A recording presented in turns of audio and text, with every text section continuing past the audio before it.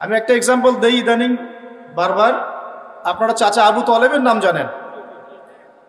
বিশ্বাস করেন, চাচা আবু তালেব একাই ইসলামের জন্য যা করেছেন আমরা সবাই মিলে তা করতে পারি নাই, পারবো বলে মনে হয় না। আর কোন অবস্থায় করেছিলেন? যখন চতুর্দিক থেকে আল্লাহর নবীকে আক্রমণ করা হচ্ছে, কেউ গালি দিচ্ছে, কেউ হত্যার চেষ্টা করছে, কেউ উঠে নাড়ি ভুড়ি চাপিয়ে দিচ্ছে, কেউ বলছে পাগল, নাউজুবিল্লাহ, মাজনুন, মিথ্যাবাদী, নাউজুবিল্লাহ। চতুর্দিক থেকে সামাজিক, রাজনৈতিক, অর্থনৈতিক নির্যাতনের মধ্যে এক চাচা আবু তালেব তাকে আগলে রেখেছেন।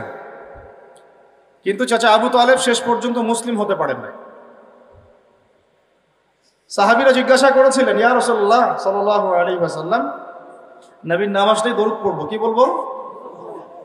একবার পড়লে 10 নেকি হবে ইনশাআল্লাহ, 10টা গুনাহ মাফ হয়ে যাবে ইনশাআল্লাহ। আল্লাহ পাক 10 বার রহম করবেন, আপনার মর্যাদা 10 গুণ বেড়ে যাবে।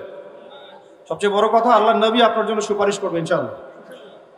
তো তিনি এত সাহায্য করার পরে সাহাবীরা বলেছিলেন যে আল্লাহর নবী সাল্লাল্লাহু আলাইহি ওয়াসাল্লাম তিনি যে আপনাকে এত সাহায্য করলেন, কিয়ামতের মাঠে কি তিনি কোনো আজর পুরস্কার পাবেন না? তখন নবী সাল্লাল্লাহু আলাইহি ওয়াসাল্লাম বললেন যে আমি যদি না থাকতাম তাহলে আল্লাহ পাক তাকে জাহান্নামের অনেক নিচে রাখতেন।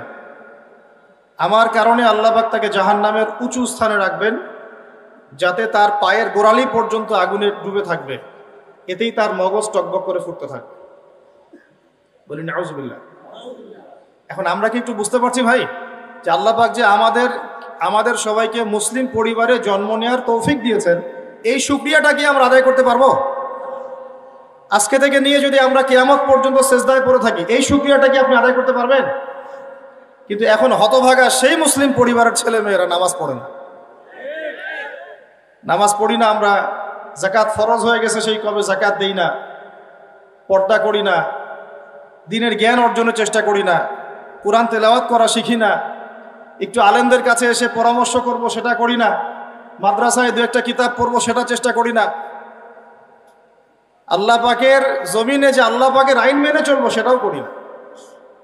এখন আমরা কত বড় হতভাগা একটু চিন্তা করি। তো শুকরিয়া আদায় করতে হবে না যে আল্লাহ পাক মুসলিম পরিবারে জন্মগ্রহণ করার তৌফিক দিয়েছেন? তাহলে আজকে থেকে নিয়াত করি ইনশাআল্লাহ পরিপূর্ণরূপে মুসলিম হব ইনশাআল্লাহ। আল্লাহ পাক সূরা বাকারায় বলেছেন, উদখুলু ফিস সিলমি কাফা, তোমরা পরিপূর্ণরূপে ইসলামে প্রবেশ করো। এখন আমাকে বলেন দেখি, পরিপূর্ণ প্রবেশ মানে কি? পরিপূর্ণ প্রবেশটা মানে কি? এই বোতলের মধ্যে পানি আছে,